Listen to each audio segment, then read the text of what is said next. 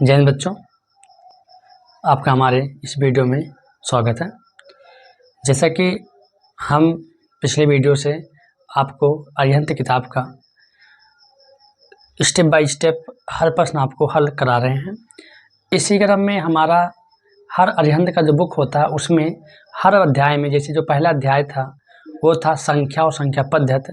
संख्या और संख्या पद्धति में सबसे पहले था विगत वर्षों में पूछे गए प्रश्न, वो हमने आपको सॉल्व करा दिया है। और उसके बाद जो शुरू होता है अभ्यास प्रश्नावली, वो भी हमने सॉल्व करा दिया है।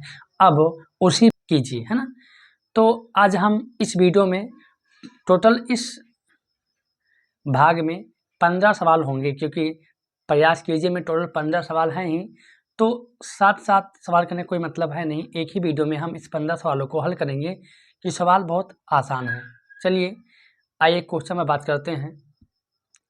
उससे पहले आपको हम कहेंगे कि कोई भी प्रॉब्लम, समस्या कितनी भी बड़ी हो, ठोकर आपको लगे तो समझ जाना कि आप सही रास्ते पर जा रहे हैं, क्योंकि सही रास्ते पर चलने पर आपको अक्सर ठोकर लगती हैं। तो ठोकर से आपको घबराना नहीं है, क्योंकि अच्छा जो होता है वो आगे बढ़ जाता है, और जो ठोकर खाकर पीछे हो जाता है वो दुनिया में सबसे पीछे ही रह जाता है। लग चुकी है तलब मंजिल की, खुद को आग में झोंक देंगे। ठोकरें कहती हैं मारा जाएगा, हौसले कहते हैं देख लेंगे के बारे में। तो क्वेश्चन कह रहा है कि पहला कह रहा है कि 1023 में शून्य का स्थानीय मान है। मतलब सवाल ने कह दिया है कि जो ये 1023 है, ठीक है, जो ये 1023 है, इसमें शून्य का स्थानीय मान क्या होगा। यानी शून्य का स्थानीय मान हमको निकालने को कहा जा रहा है। तो पहले हम ये जानेंगे तो शून्य क्या है। शून्य एक पूर्ण संख्या है, और शून्य का चाहे स्थानीय मान या कोई मान, उसका मतलब कुछ नहीं होता। यानी शून्य का अगर स्थानीय मान निकालेंगे तो शून्य ही होगा। तो कभी कभी क्वेश्चन पूछा जाता है कि ऐसी कौन सी संख्या है जिसका स्थानीय मान और अंकित मान सदैव समान रहता है, तो वह संख्या होगी आपका शून्य होगा। तो यानी शून्य का जो स्थानीय मान होगा वो आपका शून्य ही होगा। यानी इस प्रकार आपका उत्तर होगा ऑप्शन नंबर बी। आइए देखते हैं क्वेश्चन नंबर 2।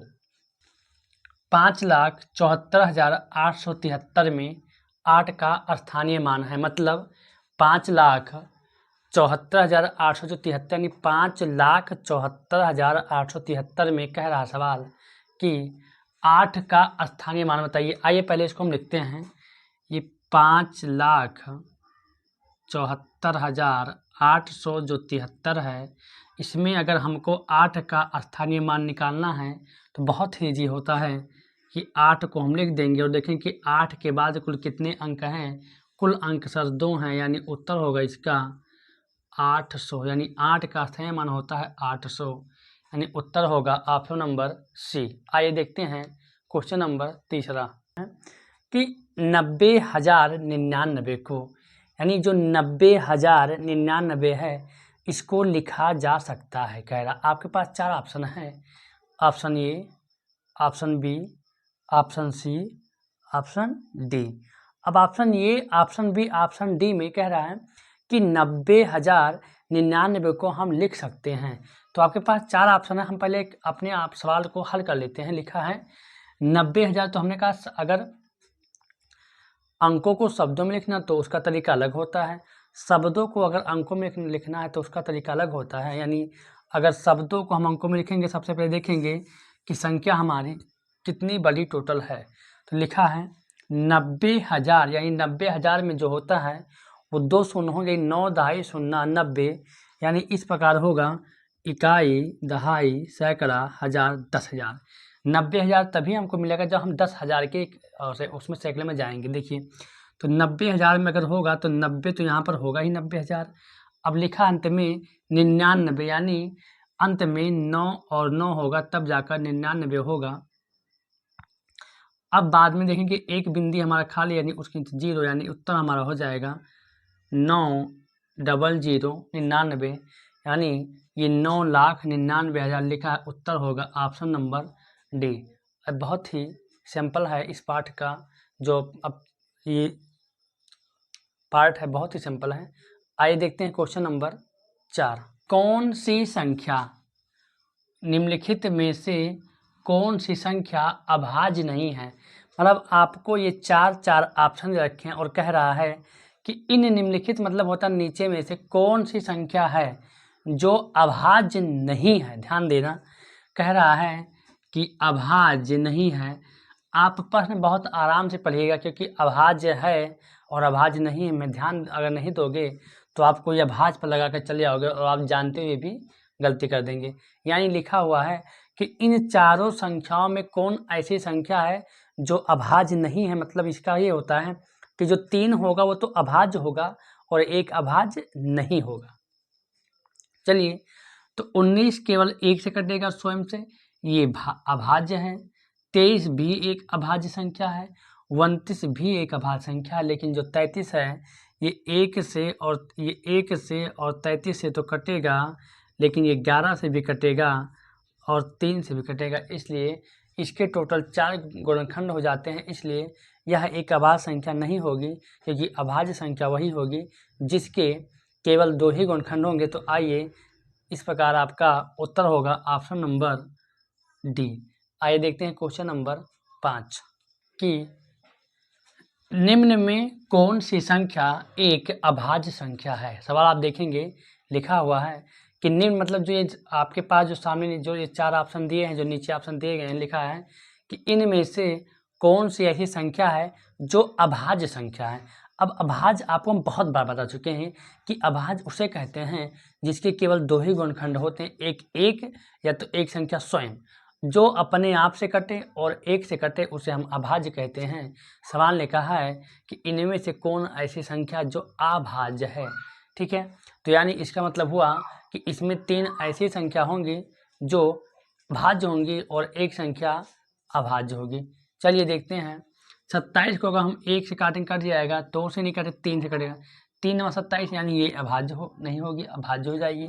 57 19 से 57 कट जाएगा, ये भी भाज्य हो जाएगी। 11 से 77 ये भी भाज्य हो जाएगी। क्योंकि अभाज्य होगा तो वो 1 से और स्वयं से कटेगा। लेकिन 97 97 जो है ये किसी से नहीं, केवल 1 से कटेगा और अपने आप से कटेगा। इसलिए इसका उत्तर हो जाएगा 97। और यही इसी प्रश्न में एक चीज़ और ध्यान दीजिए कि 2 अंकों की सबसे बड़ी अभाज्य संख्या 97 ही होती है। चलिए देखते हैं क्वेश्चन नंबर 6। कह रहा है 7,05,102 को संख्यांक के रूप में लिखने पर प्राप्त होगा। आपके सामने 4 ऑप्शन दिए हुए हैं और सवाल कह रहा है कि 7,05,102 को अगर आप संख्यांक मतलब संख्या के अंकों में लिखेंगे तो आपको उत्तर क्या मिलेगा। आइए देखते हैं कि 7 लाख अगर लिखेंगे हम तो पहले हम 7 लाख तक जाएंगे तो इकाई, दहाई, सैकड़ा, हजार, 10,000, लाख हुआ। अब 7 लाख नीचे हम 7 लाख लिख देंगे और लिखा है 502। 500 मतलब होता है सैकड़ा, 500 तो इकाई, दहाई, सैकड़ा मतलब 100 यानी 502 मतलब इकाई है ना। अब जितने भी बिंदु आपको खाली दिखे उसके नीचे सब क्या कर लो, शून्य कर लो। आपका उत्तर बन जाएगा 7,00,502 यानी 7,00,502 ऑप्शन नंबर ये। तो क्वेश्चन 6 का जो सही उत्तर होगा ऑप्शन ये होगा। आई होप, मैं आशा करता हूँ कि आपको अच्छे तरीके से समझ में आता होगा। आइए देखते हैं क्वेश्चन नंबर 7। 3,7,0,1,5 से बनी 5 अंकों की सबसे छोटी संख्या बताइए। यानी पहले हम अंकों को लिखेंगे। लिखा है 3,7,0,1,5। ये जो आपके सामने अंक है, इन अंकों से मिलकर आपको सबसे छोटी संख्या बनानी है और देखना है कि उत्तर कौन सा सही होगा। तो अगर हमको छोटी संख्या बनानी है तो हम सबसे पहले छोटा अंक लिखेंगे। लेकिन हमको ध्यान में ये होना चाहिए कि उसने कहा कि 5 अंकों की वह संख्या बनी होनी चाहिए। तो 5 अंकों को अगर हमको बनाना है तो हमको 5 अंकों का प्रयोग करना होगा। लेकिन ध्यान देना है कि सबसे अगर छोटी संख्या बनाना है तो हमको सबसे पहले छोटा अंक लिखेंगे, है ना। तो सबसे छोटा अंक इसमें लग रहा है आपको शून्य होगा, लेकिन शून्य अगर हम करेंगे तो आगे किसी भी संख्या के आगे शून्य होता तो उसका मान कुछ भी नहीं होता है, इसलिए हम शून्य के बाद छोटी संख्या ढूंढेंगे। तो उसके बाद देखेंगे आपके सामने 1 है, 1 के बाद हम शून्य को लिखेंगे, यानी 1 0 3 5 और 7, यानी बन गया 10,357। ऑप्शन में आपके है बी, ऑप्शन नंबर बी, यानी उत्तर जो होगा आपका 7वां का ऑप्शन बी होगा। चलिए देखते हैं क्वेश्चन नंबर 8। LXXVII से किस संख्या का बोध होता है? मतलब कहा जा रहा है कि LXXVII ये जो रोमन संख्या लिखी हुई है इससे किस संख्या का बोध होता है? तो हमने बताया था कि यल को क्या कहते हैं, एक्स को क्या कहते हैं, वी को क्या कहते हैं और इस आई को क्या कहते हैं, ये हमने वीडियो में बताया था। लेकिन फिर देखेंगे यल मतलब होता है आपका 50, एक्स मतलब होता है आपका 10, एक्स मतलब होता है आपका 10 और वी मतलब होता है आपका 5, इसका मतलब होता है 1 और 1 जब जोड़ेंगे सबको तो 50 10 60 10 70 5 75 1 76 77 और 78, यानी ऑप्शन आपका हो जाएगा ऑप्शन नंबर डी। ऐसे का देखेंगे तो 50 10 60 10 70 5 75 और 3 78, ऑप्शन आपका हो जाएगा 78। ठीक है, आइए देखते हैं क्वेश्चन नंबर 9। देखेंगे कि 88,888 यानी 88,888 की पूर्ववर्ती संख्या क्या होगी? और पूर्ववर्ती संख्या का मतलब होता है पहले की संख्या, यानी 88,888 के पहले क्या रही होगी। वैसे लग रहा है साफ साफ कि 88,888 के पहले 88,887 रहा होगा। यानी ये हमने आपको बताया था पिछले वीडियो में कि किसी भी संख्या का अगर पूर्ववर्ती संख्या हमको निकालना है तो उस संख्या में हम 1 घटा लेते हैं। यानी अगर जब हम इसमें 1 घटाएंगे तो 8 में से गया 7, 8 8 8 और 8, यानी 88,887 आएगा हल करने पर, यानी ऑप्शन होगा आपका ये। आइए देखते हैं क्वेश्चन नंबर 10। निम्न में से कौन सी अभाज्य है, अभाज्य संख्या है? ये जो आपके सामने 4 ऑप्शन दिए हैं और बोल रहा है कि इनमें से कौन सी संख्या एक ऐसी है जो अभाज्य है, जो केवल 1 से कटेगी और स्वयं से कटेगी। तो आप जब ऑप्शन ये देखेंगे तो ऑप्शन ये में लग रहा है कि ये भाज्य संख्या हो जाएगी, ये कट जाएगी, बी भी आपका कट जाएगा, सी में देखेंगे तो 7 3 10 3 13, ये इसमें थोड़ा डाउट है, डी आपका भाज्य कर, यानी ऑप्शन जो होगा आपका सी ये अभाज्य है। ऑप्शन सी आपका क्या है, अभाज्य है। अगर आपको दिक्कत हो कैसे पता हमको चला कि सर जी ये तीनों भाज्य होंगे, तो आप इन सब का गुणनखंड निकाल लेंगे तो आपको खुद ब खुद पता चले किससे संख्या कटेंगी, ये इनका गुणनखंड आप निकालोगे तो आ जाएगा। ठीक है ना। चलिए बढ़ते हैं क्वेश्चन नंबर 11 की ओर। क्वेश्चन 11 कह रहा है कि निम्न में से सबसे छोटी अभाज्य संख्या कौन है? कह रहा है कि जो ये संख्या दी हुई है 0 1 2 3, इसमें सबसे छोटी अभाज्य संख्या क्या है? तो शून्य तो एक पूर्ण संख्या है, पहली बात। एक तो एक कोई एक अभाज्य संख्या है नहीं, क्योंकि किसी भी संख्या होगा जो 1 से कटे और स्वयं से कटे। इसके 2 गुणनखंड वैसे है ही नहीं। 2 गुणनखंड कोई है तो वो 2 के हैं और 3 के हैं। 2 1 से कटेगा और अपने आप से कटेगा, 3 भी 1 से कटेगा और अपने आप से कटेगा। लेकिन सवाल ने कहा है कि हमको छोटी अभाज्य संख्या बताइए, तो छोटी के इसके मुकाबले 2 ही हो, यानी उत्तर होगा आपका ऑप्शन सी। चलिए देखते हैं क्वेश्चन नंबर 12। क्वेश्चन कह रहा है निम्न में से 3 का स्थानीय मान इकाई किस संख्या में? कह रहा है कि आपको 3 का स्थानीय मान निकालना है। आप लोग सवाल फिर से एक बार पढ़ लीजिएगा अच्छे से। कह रहा है सवाल कि ऐसी कौन सी संख्या है जिसका हम 3 का मान हमको निकालना है, लेकिन ध्यान रहे वो इकाई स्थान पर हो। तो इकाई हमेशा इस तरह से शुरू दाएं तरफ शुरू होता है, यानी यहाँ पर 1 है, होगा नहीं, यहाँ भी 1 ही होगा, यहाँ पर 3 इकाई में है, यानी वही उत्तर होगा कि और किसी में हो नहीं सकता, यानी उत्तर होगा ऑप्शन आपका सी। तो केवल 3 का जो स्थायमान था इकाई पर केवल ऑप्शन नंबर सी में था, इसलिए उसका उत्तर हो गया ऑप्शन नंबर सी। चलिए देखते हैं क्वेश्चन नंबर। अभाज्य संख्या कौन सी है, मतलब 2 अंक की हो और सबसे बड़ी से बड़ी अभाज्य संख्या हो, क्या है। अभी हमने कुछ देर पहले यानी सवाल नंबर शायद 8 या 9 में हमने बताया था कि सबसे बड़ी 2 अंकों की अभाज्य संख्या क्या होती है, और सवाल वही आ गया। सबसे बड़ी 2 अंकों की संख्या होती है अभाज्य, वो होती है 97। क्या होती है?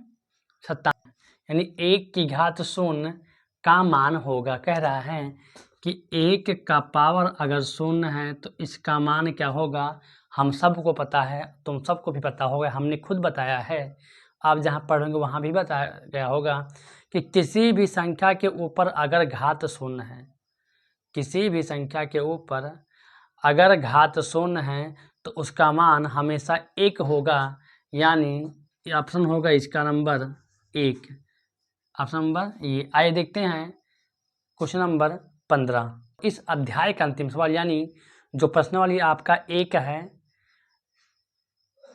जो नाम है संख्या और संख्या पद्धत, इसका जो विगत वर्ष में जो 35 सवाल था हमने वो हल कर दिया। अभ्यास में जो 20 सवाल था उसको भी हमने हल कर दिया। प्रयास कीजिए में जो सवाल आपका 15 था वो आज ये इस वीडियो में एकदम अंतिम सवाल है, तो आइए इसको देखते हैं। सवाल बहुत ही इजी है, बस देखने में तो लग रहा बड़ा है। देखेंगे लिखा है 43,062, यही सवाल लग गया कि लिखा 43,062 का 10 की घात, अगर 10 के घात में कर दे इसको तो विस्तारित रूप निम्नलिखित में कौन सा होगा। तो जब हम इसको विस्तार करेंगे तो पहले हम तो इसको लगाने का तरीका क्या है कि पहले हम इसको विस्तार कर लेंगे। विस्तार क्या होता है, देखिए लिखा है 43,062।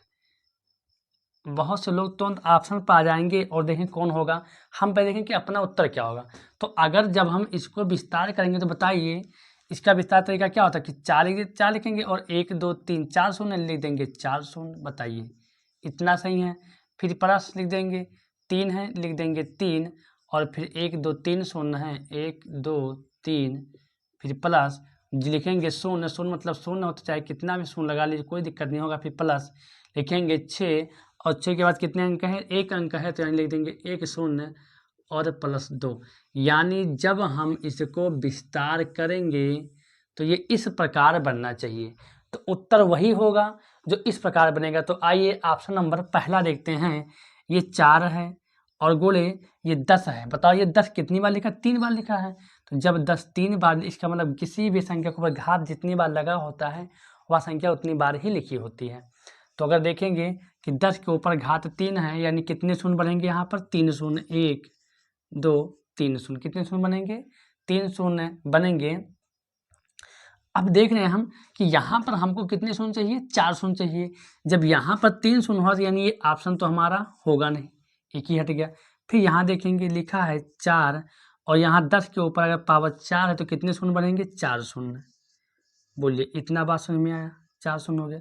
प्लस लिख देंगे, प्लस ये लिखा 3, और ये 10 के ऊपर कितनी घात है, 3 घात है, 3 है, तो ये 3 शून्य बढ़ेगा, ये भी हो गया आपका।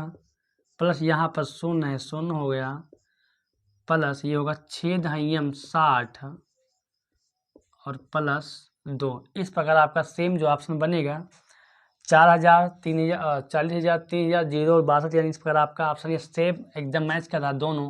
दोनों ऑप्शन आपके मैच, इसलिए उत्तर होगा ऑप्शन नंबर आपका बी।